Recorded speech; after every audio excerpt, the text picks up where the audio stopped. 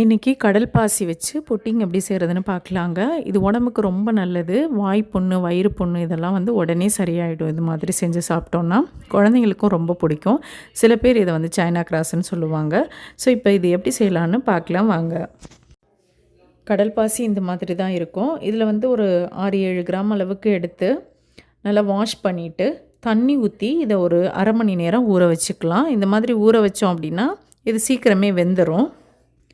அடுத்ததாக ஒரு பேன் எடுத்துகிட்டு அதில் 1/2 லிட்டர் அளவு பால் சேர்த்துக்கலாம். பால் நல்லா கொதிக்கட்டும். பால் நல்லா கொதித்த பிறகு இப்போ வந்து நம்ம ஊற வச்சுருக்கோம் இல்லையா கடல் பாசி, அதை வந்து உள்ளே சேர்த்துடலாம். சேர்த்துட்டு ஒரு 5 நிமிஷத்துக்கு நல்லா கொதிக்க விட்டுறலாம். இது கொதித்து நல்லா கரைஞ்ச பிறகு இப்போ வந்து இனிப்பு சுவைக்கு இதில் 4 டேபிள் ஸ்பூன் அளவு சுகர் சேர்த்துக்கலாம். சுகருக்கு பதிலாக நீங்கள் வந்து கண்டென்ஸ்டு மில்க் வேணாலும் சேர்த்துக்கலாம். அடுத்ததாக நல்ல வாசனைக்கு இதில் ஒரு மூடி அளவு வெண்ணிலா ஐசன் சேர்த்துக்கிறேன். இது நல்லா ஃப்ளேவர்ஃபுல்லாக இருக்கும். குழந்தைங்க நல்லா விரும்பி சாப்பிடுவாங்க. அடுத்து இதை எடுத்து அப்படியே கூட நம்ம வந்து பிளேட்டில் செட் பண்ண ஊற்றிக்கலாம். பட் இருந்தாலும் நம்ம இந்த மாதிரி வடிகட்டிட்டு ஊற்றும்போது நல்லா ஸ்மூத்தாக இருக்கும். ஸோ அதனால் ஒரு வடிகட்டி வச்சு இந்த பாலை வந்து நல்லா வடிகட்டிக்கலாம்.